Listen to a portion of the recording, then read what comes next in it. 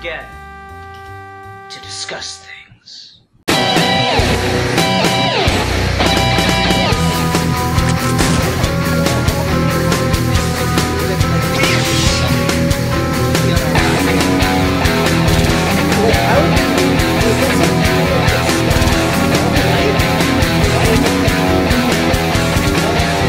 Hey, boss! No.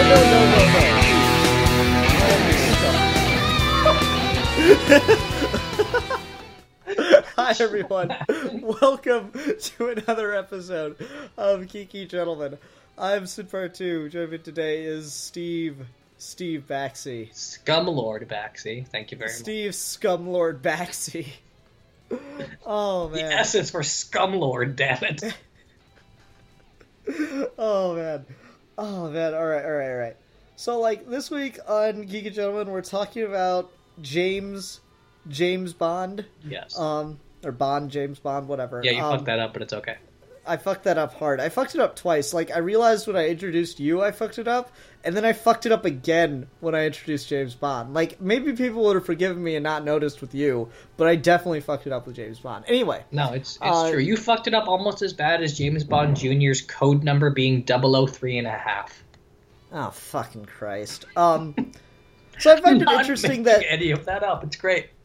Alright, so to lift the veil, everybody, we're recording this after having done the Wonder Woman video, and so, to lift the veil, we just finished talking about Wonder Woman, who is a feminist icon, and so now we're moving over to James Bond, who's kind of a patriarchal icon. Misogynist iconography all over the fucking place.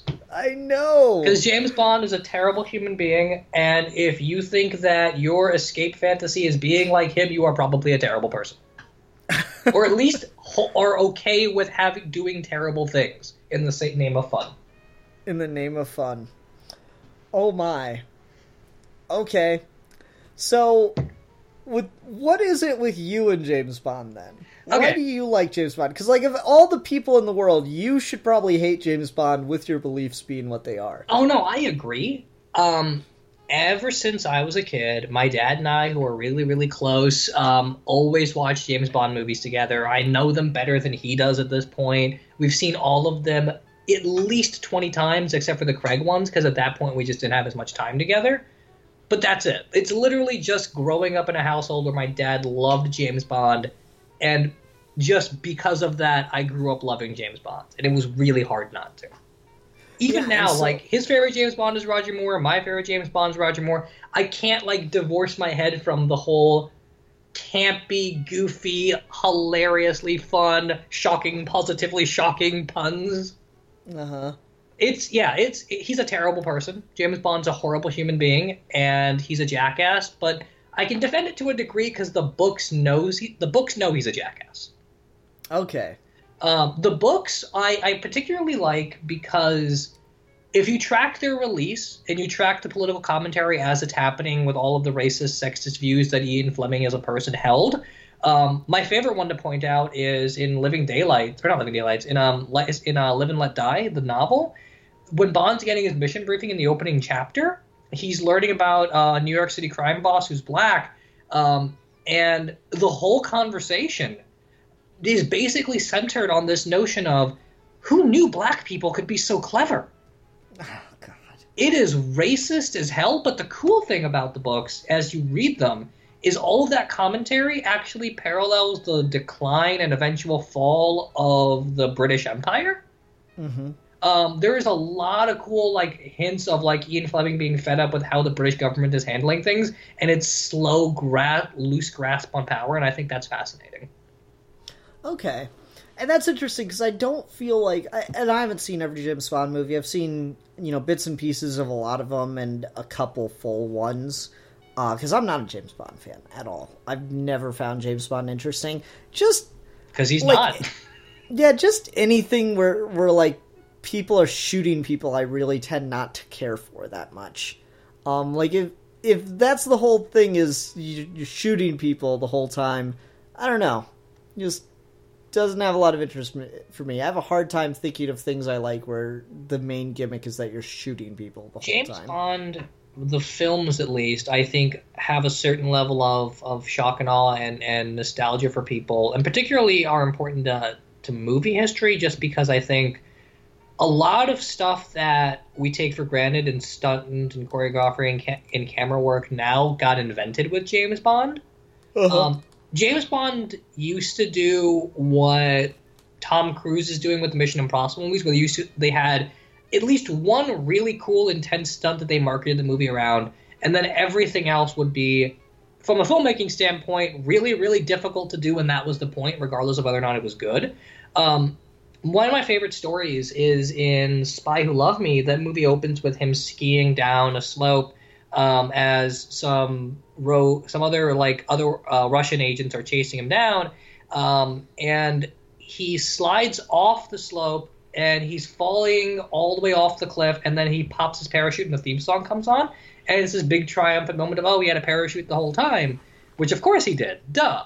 But the cool thing about it is, at that point, Eon Studios was actually going reasonably bankrupt, and the last Roger Moore movie didn't do well, and they poured everything they had into Spy Who Loved Me, and then it performed miraculously at the box office. And so, like, that sort of jump off the cliff to be saved by your parachute and your theme song kicks in was a really cool metaphor for that whole movie experience. So, like, just filmmaking wise, like, there's a lot of cool stuff that happens in the James Bond movies that are just tangential to all of the uninteresting, terrible politics of that character in person. Yeah, and like, it's just fundamentally he is an agent of the British Empire. Like, all the shit he's doing is shadowy as fuck. And like, that's just, I don't know, every time it's like, oh, okay, I guess. Like, you have a really hard time, for me at least, getting villains in James Bond movies that I actually despise. You know? That's fair. At least like despise as much as Bond and his agenda, yes. Yeah, it's one of those weird things. And honestly, in the long history of talking about empowered female characters as Mary Sue's, James Bond is the biggest. Oh, yeah? Like, yeah. God. I like the whole idea that James Bond can be a fun escapist fantasy, and if you can't appreciate that, you just don't get the movies. Can't translate over to any other female character ever. What the fuck? You know, it'd be really interesting. I would love to hear your thoughts on this novel if you could ever get a hold of it. It's called From Stockholm with Love. Ooh, that sounds fun. Yeah, it's a novel written by David Bowker. And it's about this guy who has a kid, and he's been a James Bond fan his whole life because he went to go see him with his dad and stuff. So you probably would relate to him very much.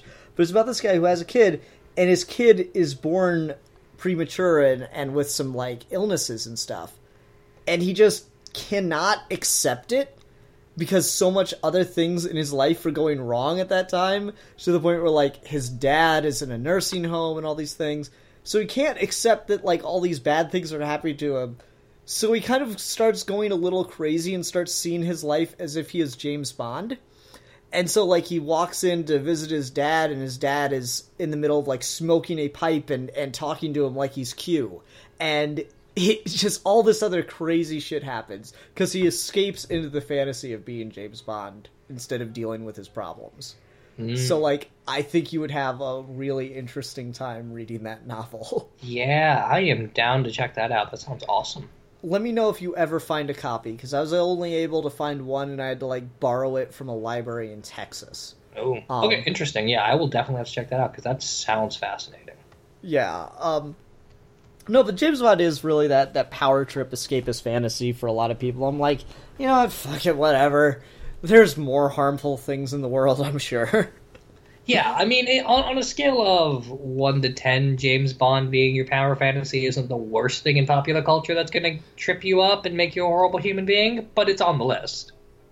Yeah, I don't know. I'd probably put it like a 2. There are worse things in the world. No, I agree. James Bond's a weird thing, though, where I feel like a lot of the people that enjoy James Bond movies are, more often than not, enculturated by it without actually understand what's happening in a way that I don't think is present with other things, which is why I think it's dangerous, but not as much as other stuff, where the sexism is all there, the toxic masculinity is all there, the nationalism, all that stuff's there. But the movies are so, at times, dumb and politically incoherent that it almost doesn't matter. Yeah, I'd agree with that. Like, literally, if you are smart enough to watch a James Bond movie and diagram the plot from A to B and talk about how it's nationalistic and racist and sexist and all that stuff, you are totally right, but it's really bad at it. It's a lot like Justice League. It can't be offensive. It's too stupid.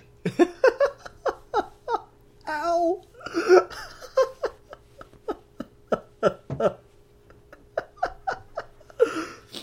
So who's your favorite Bond, either villain or just evil character, like evil henchman or something?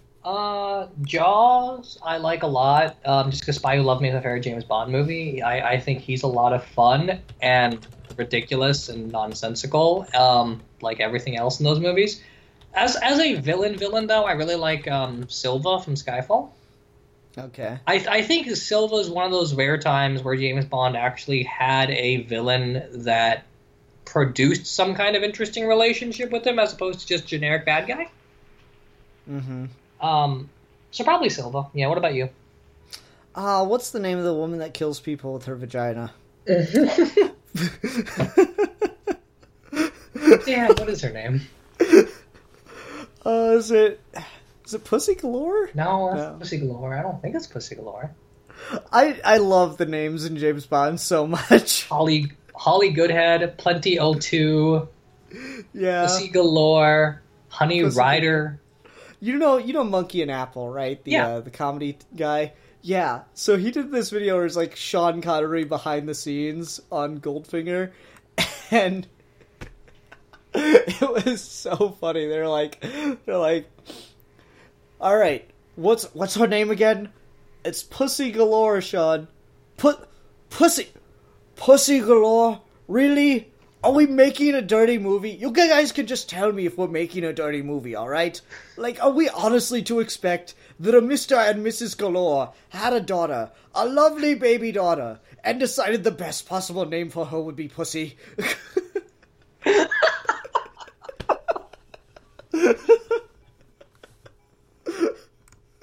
Oh my god, it's the stupidest fucking thing. I want to know the ancient family history of Holly Goodhead and everyone in that family that had to deal with the last name Goodhead. Right? Like, that was just awful growing up. No wonder they became like a murderous hench person. There's an episode of Buffy where everyone loses their memories, and Spike has a jacket on that says Randy Giles written inside, so he thinks that's his name. And when he reads it, he has like a really great reaction to it, where he's like, Randy Giles, why not just call me desperate for a shag Giles or a horny Giles? And I just imagine that with every one of those Bond girls. We're like, fucking Honey Rider. Why would you call her Honey Rider? Yeah. I'm trying to remember the name of this. Like, literally, I'm going through trying to figure out Famke Janssen? Is that it? Famke Janssen? Oh, okay. Gina... I can't even remember. Fuck it. It's so stupid. It's one of those things. It's such a stupid fucking idea that I have to love it. She has sex with you and kills you. The most dangerous kind of woman. And like, that's, again, that goes to your point of, it's, yes, that is misogynistic and sexist and everything, but it's so stupid. Right? There's a lot of bad things that happen in this culture, of which James Bond is a very particular product and not a root cause. Yeah, I think so. Is there, like, alright, what James Bond movie do you think that, like, is very legitimately good and, like, maybe kind of acknowledges some of the problems of its politics? I think Spy Who Loved Me actually does that really well, because the opening scene I mentioned in Spy Who Loved Me, he shoots and kills one of the Russian agents chasing him, and the woman who is his partner throughout the movie was actually engaged to him. And so, like, she, throughout the movie, realizes that it's Bond that's the one that killed her fiance, and they have a whole back and forth about it, and Roger Moore gets to do some really good acting where, like, he gets to, like, sort of make one of those nationalistic points of, like, he was just doing his job, and that doesn't really resolve anything for her. And those two don't actually get together until the very, very end, where at that point she's forgiven him. But before that, a lot of his rapey advances are seen as rapey advances. Okay. And every Bond girl has talked about how, like, this is the time where the woman is on par with James Bond. They kind of never are. I feel like that's the one time where they legitimately are. Okay. So that's a good one. Casino Royale is an interesting movie. Is M the Bond girl in Skyfall? Yeah. Yes, she is. Interesting. Okay, well, I'd say she's on par with him, to some degree. She's on par with him as much as a mother can be. Yeah. Okay. Just random thought that crossed my mind. Yeah, I mean, Skyfall and Casino Royale are interesting movies where I feel like there's a lot of good stuff happening there, but the sexism and misogyny and all that stuff's not addressed in that way. Well, I feel like Casino Royale tried to address it by flipping it. Like, you get the whole Daniel Craig coming out of water scene, and I feel like that was the attempt to make James Bond just a sex symbol as a franchise. Not just through male gaze. And that's why I really like Grayson as a comic, because we've talked about this before, just the whole idea of here's a comic that takes all the sexist tropes in comics and just applies them to Dick Grayson. I want that James Bond movie. I want that James Bond movie that's goofy and campy and that all the sexual abuse is on Bond as opposed to the women. I mean, has there been a major female, like proper female villain in Bond? Like, on the same level as, like, some of the wackier, crazy, like, Goldfinger, or, I don't know, whatever the name, Maximilian, or whatever his name is, that owns the corporation. Not Dr. No, not Russia with Love, Goldfinger, Thunderball, You Only Live Twice, or Majesty's. Like, I know a lot of times, like, they come through and they, like, do, like, there are a lot of, like, double agents, and there are, like, female henchwomen and stuff like that. But has there been, like, a proper main villain? I don't think so. That would be a good one to do that in. You know, like, have James Bond be the focus of all the sexist ideology and highlight it with a female villain. Like, you run the risk of victimizing men, kind of, like, falling into that narrative. But if you do it well, that could really work for a story. Yeah, and I think there's a lot of interesting stuff to do with James Bond tropes and the whole sort of, like, fun spy movie thing that I feel like other movies have almost done better at this point, and James Bond's kind of becoming outdated in that way. In a world of, like, Mission Impossible, the last 5 years is Man from U.N.C.L.E. Right? Oh my god, that movie's like, amazing. fucking hell, that movie's amazing. What are you doing exactly? I'm falling down before, so I'm putting down pillows so I don't hurt myself. Like, he's so ready for it. It's amazing. Oh my god, I love that movie so much. Oh, yeah. And then the fucking sandwich. Yes! Finds a sandwich. Oh god. Okay, we need to talk about that movie at some point. Yeah, Man from U.N.C.L.'s really good. And yeah, like, what is Bond's identity when everything is, like, taking James Bond's, like, what works about James Bond and then doing it better? Like, doing it without the stuff that doesn't, you know? And this is why the female James Bond campaign is one that I don't think is particularly helpful, because what you would do in that situation is you make Bond a woman, and then do you either negate all the misogynistic tropes, or do you keep them except now a woman's doing them? And if you negate them, then isn't it a problem that you didn't use that as an opportunity to critique them? Mm-hmm. Or you critique them by having... Like, does she instigate it? Does she behave, like, weirdly? I don't know. It's a strange way to do it. Like, can you critique it if she's the one doing it? Yeah, and this is partly why I think Sherlock Holmes is a much better standing and has more interesting things to say than James Bond does, because James Bond's a really stock, boring character. Like, there's something about secret agents that you can get in James Bond that you can't get anywhere else. It really doesn't exist that way. Do you think it's just because he's the first like major secret agent character that we got? Yeah, he's got name recognition in a way none of the other ones do, but as a character, there's very little there. Like, I'm not saying there isn't smart stuff in Casino Royale and Spy Who Loved Me and On Majesties and all that other shit, but you can't tell me no other spy character has done this before. Mm-hmm. Whereas with Sherlock Holmes, part of what I think is interesting is that Sherlock Holmes very often fails and very often has to, like, reveal himself in explaining his cases to you in a particular way. Bond's almost always just kind of along for the ride of the story he's in. Mm-hmm. So there just doesn't lend itself to do a whole lot with him. I think there's a lot of the fun that happens in James Bond movies, and I think this is why you can recast the actor all the time. Because it's not about the character. It's entirely just about the circumstances you throw the character into. Mm-hmm. Yeah. How do you like... So I know I've talked to Bill about this, and I feel like I've talked to you about it. The idea that James Bond's a code name. That's stupid. Yeah, you don't like that one? No, that's stupid. Well, Can we just pretend like that doesn't exist? Like, it's... Okay, so... I get this desire to want James Bond films to maintain a strict continuity that follow along, and the code name is meant to resolve that. Mm-hmm. The problem is it doesn't actually do that, because the continuity even between actors is not even that consistent. Mm-hmm. And then there are characters from other Bond there are Bond actors who reference continuity from other Bond actors that wouldn't be there. Like, Lazenby's line of, this never happened to the other guy is cute. But if that was the case, why would Roger Moore need to visit Tracy Bond's grave? Yeah, yeah. And that is a weird one, and I just don't know, like, I think the problem becomes if you don't make James Bond a code name or something, then when you recast, it's weird if you want to maintain continuity if you go to, like, an actor that's not straight white guy. Yeah. You know? Yeah. Like, you can't have a black Bond if you're going to try to maintain continuity unless you reboot.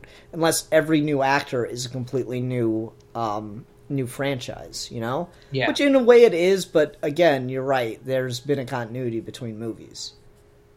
Yeah, and I like Bonds having an ongoing narrative. I think there's something interesting to do there, but it's being beholden to continuity in a movie that's largely supposed to just be kind of spectacle and bombacity doesn't really make a whole lot of sense. Okay. This is partly why Spectre fails in so many ways, is that it's so up its own ass of trying to tie everything together that ultimately it's not even fun to watch. Okay. Fair enough. I feel like I'm coming off really harsh here. I like James Bond. No, that's the thing, is like, you like him, but you're incredibly aware of all the faults within the character, you know? Yeah. I have that with characters. Like, I like Jason Todd. Yeah. Yeah.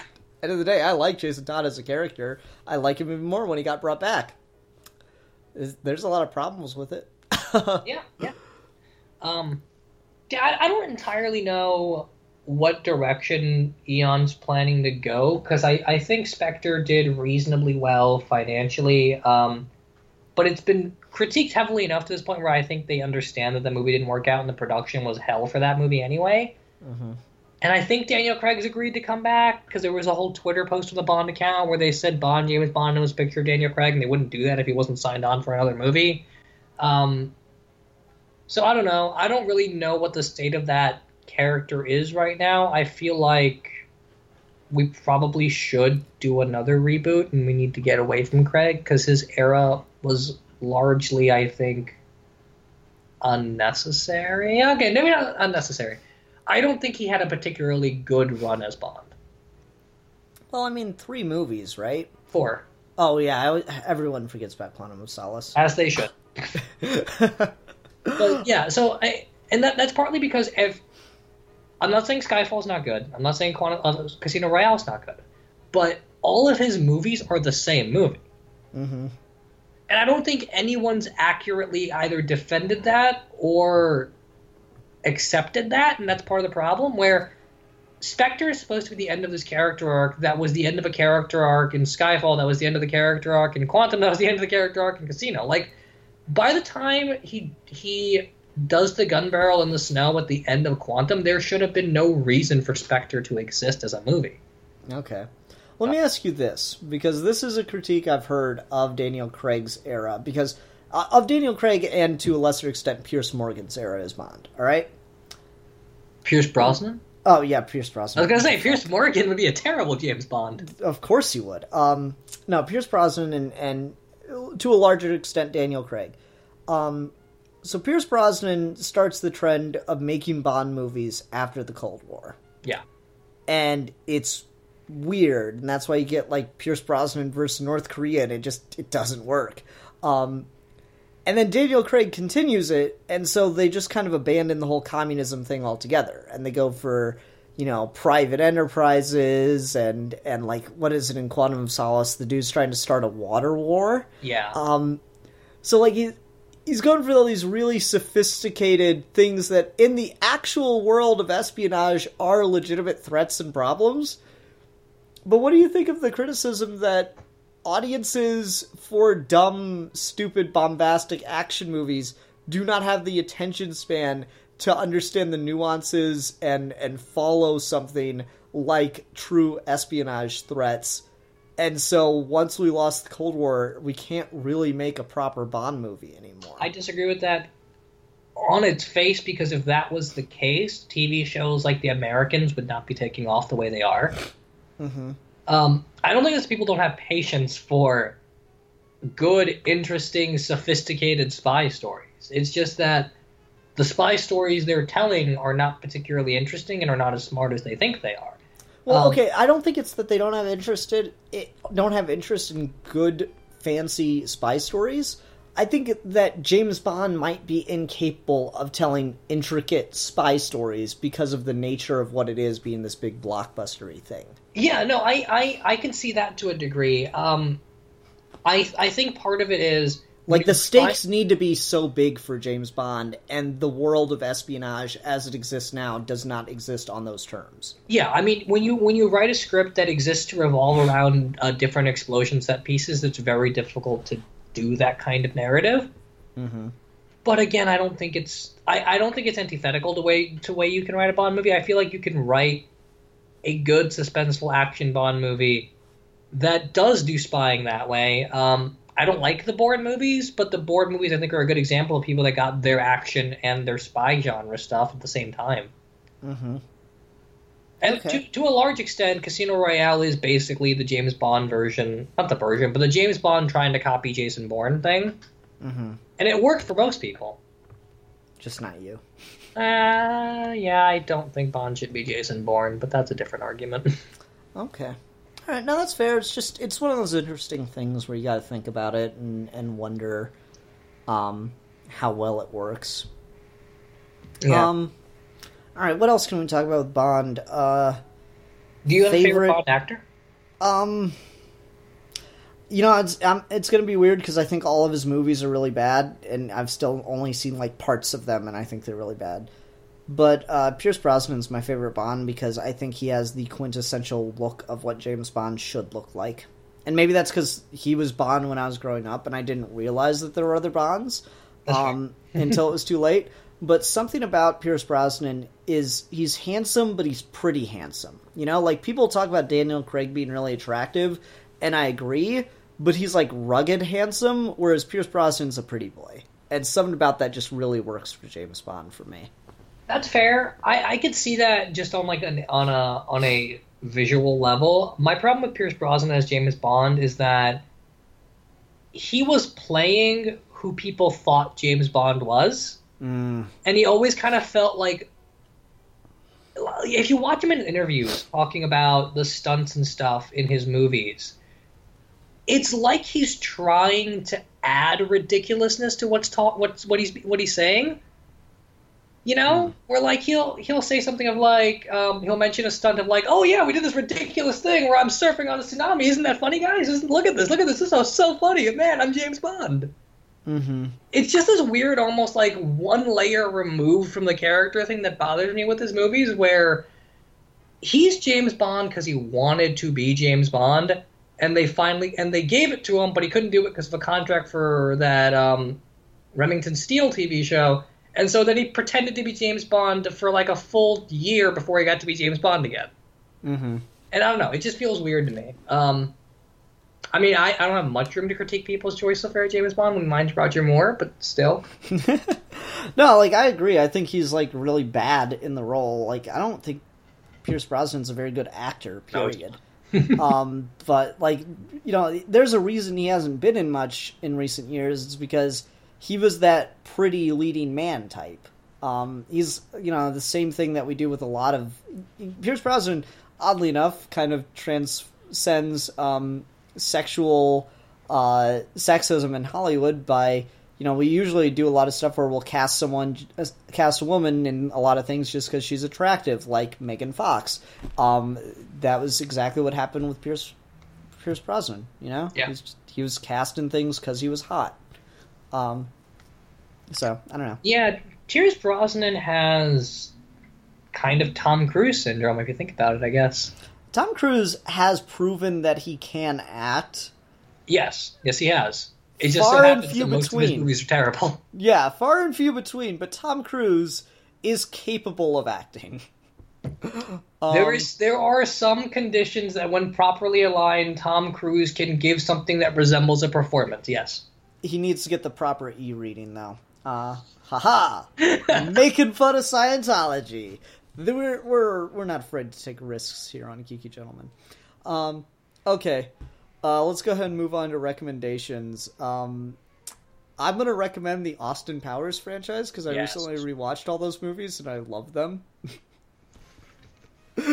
All as a more serious recommendation, though I am legit recommending those. I'm counting that as one of them. As a more serious recommendation, I don't like any of Brosnan's movies, but I can't remember. What's the one where it's the Lex Luthor villain? The bald guy in the Snow Fortress? No, he's a businessman. He's a rich businessman. Rich media empire guy? Yeah, that guy. World is Not Enough, I quite like. Just because I love this scene where the dude has where he's directing his empire and also being evil just on a whim.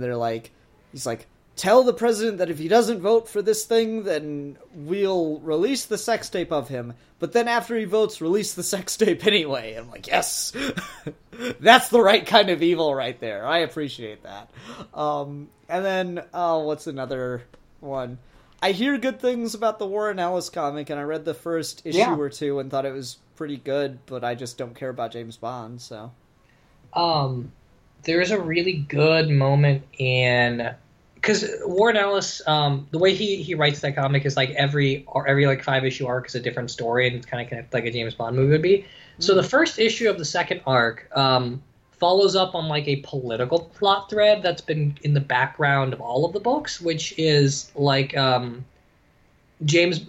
England's getting very particular gun laws passed, and in the first issue, the second one, Bond's not allowed to have a gun where he is in England. So he goes to pick up someone, he's being chased, and there's a shootout, and after the shootout's over and he's like fired a gun and shit, and like the action scene's over, he dumps the gun in a trash can. The person he rescued is like, you're just going to leave it there? And he says, well, I could have given it to a small child or a mentally unstable person, but this isn't America. I'm like, that's fantastic. How about you, Steve? What would you recommend for James Bond? I'm going to team with you and have a joking but also serious pick in Grayson. Just read Grayson. Grayson, James Bond done right in my mind. Okay. The Warren Ellis comics are really good. Spy Who Loved Me is my favorite James Bond movie. I think that's a good one for a lot of people. Bond movies have this kind of rule of three, where if the actor's around long enough, their third movie seems to be the one that's widely considered their best and the one where they become the character the most. Connery's got Goldfinger, Moore's got Spy Who Loved Me, Craig's got Skyfall. Mm-hmm. Brosnan doesn't have any because all four of his movies are terrible, and that's okay. That's not entirely fair. Brosnan's will always be defined by GoldenEye, but not for the movie, but for the video game. Yeah, right. And Dalton didn't get 3, so I'm sorry, Dalton. It's Dalton. At least the first book, I think Casino Royale as a novel is a really interesting and really quick read. Ian Fleming's writing style is very subdued and very quiet, and it's pretty well paced. So at least read the first one. After that, they get really horribly racist and sexist and kind of unstomachable. But for the most part, that first novel is pretty good. Okay. All right. Let's go ahead and wrap up then. Right. Next week we'll be talking about. I told Steve I was going to pick something. He's probably not going to be prepared to talk about it at all, but that's okay because I'm curious how he's going to react. Let's talk about Spyro the Dragon. Damn it! If you gave me a week, I would have had something because of the PlayStation remaster. There's going to actually be one? Wow. This is news. Okay, anyway, everyone, thanks for listening. Until next time, I'm the Philosopher. And I'm the Exile. And we are your Geeky Gentlemen. And we will be discussing things.